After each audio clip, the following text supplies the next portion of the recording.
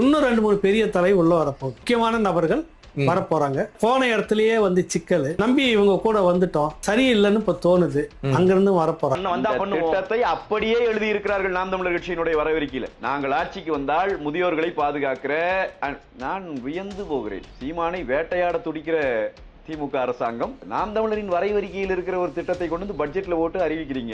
நாம் தமிழர் கட்சி நிர்வாகிகள் பலரும் கட்சியை விட்டு விலகி வந்தாலும் தற்போது சில நாட்களாகவே நாம் தமிழரில் இருந்து விலகிய முக்கிய நிர்வாகிகள் பலர் மீண்டும் நாம் தமிழரில் இணைந்த நிகழ்வு ஆளும் தரப்பினரையே கதி கலங்க வைத்திருந்தது. இந்நிலையில் மீண்டும் ஆளும் கட்சியின் தலையில் இடையே இறக்குவது போல முன்னாள் நாம் தமிழர் கட்சி நிர்வாகி கல்யாண சுந்தரம் மீண்டும் நாம் தமிழரில் இணையப் போவதாக தகவல் ஒன்று வெளியாகியுள்ளது. நாம் தமிழர் கட்சியில் இருந்து விலகிய முன்னாள் நிர்வாகிகள் மீண்டும் கட்சியில் இணைந்த நிகழ்வு கட்சியின் அசுர வளர்ச்சியை எடுத்துக்காட்டுகிறது.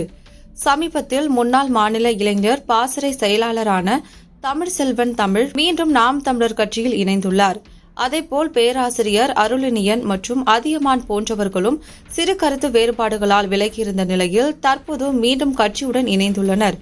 இவர்கள் கட்சி தலைவர் சீமானை நேரில் சந்தித்து தங்கள் முடிவுகளை உறுதிப்படுத்தியுள்ளனர். மேலும் சில வருடங்களுக்கு முன் நாம் தமிழர் கட்சியை விட்டு விலகிய கல்யாண சுந்தரம் அவர்கள் அதிமுகவில் இணைந்திருந்தார். அவரும் தற்போது நாம் தமிழர் கட்சியில் இணையப் போவதாக அரசியல் ஊடகவியலாளர்கள் பலரும் கருத்து கூறி வருகின்றனர். மேலும் கல்யாண சுந்தரம் கட்சியை விட்டு விலகிய பிறகும் நாம் தமிழர் கட்சியின் தலைமை ஒருங்கிணைப்பாளர் சீமான் அவர்களை குறித்து பல இடங்களிலும் நல்ல விதமாகவே பேசி வருகிறார். இந்நிலையில் நேற்றைய தினம் கல்யாண சுந்தரம் கலந்து கொண்ட பேட்டியில் பேசும்பொழுது சீமானின் கருத்துக்களுக்கு ஆதரவு தெரிவிப்பது போல் பேசியதும் சீமான் அண்ணனுக்கு நன்றி என கூறியிருந்ததும் அவர் மீண்டும் நாம் தமிழரில் இணைவது உறுதி என கூறப்படுகின்றது.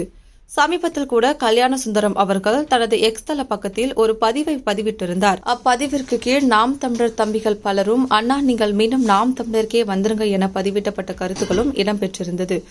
இதனைத் தொடர்ந்து சில தினங்களுக்கு முன் மூத்த ஊடகவியலாளர் ஏகலைவான் அவர்கள் கலந்து கொண்ட பேட்டியில் நாம் தமிழர் கட்சியிலிருந்து பிரிந்து சென்ற 3 முக்கிய புள்ளிகள் கூடிய விரைவில் மீண்டும் நாம் தமிழரில் இணையப் போகிறார்கள் என ஆணித்தரமாக கூறியிருந்தார். இதனை நாம் தமிழர் தம்பிகள் பலரும் அதில் ஒருவர் கல்யாண சுந்தரம்தான், அவரைத்தான் ஏகலைவான் மறைமுகமாக கூறுகிறார் எனவும் கருத்து கூறுவதும் குறிப்பிடத்தக்கது.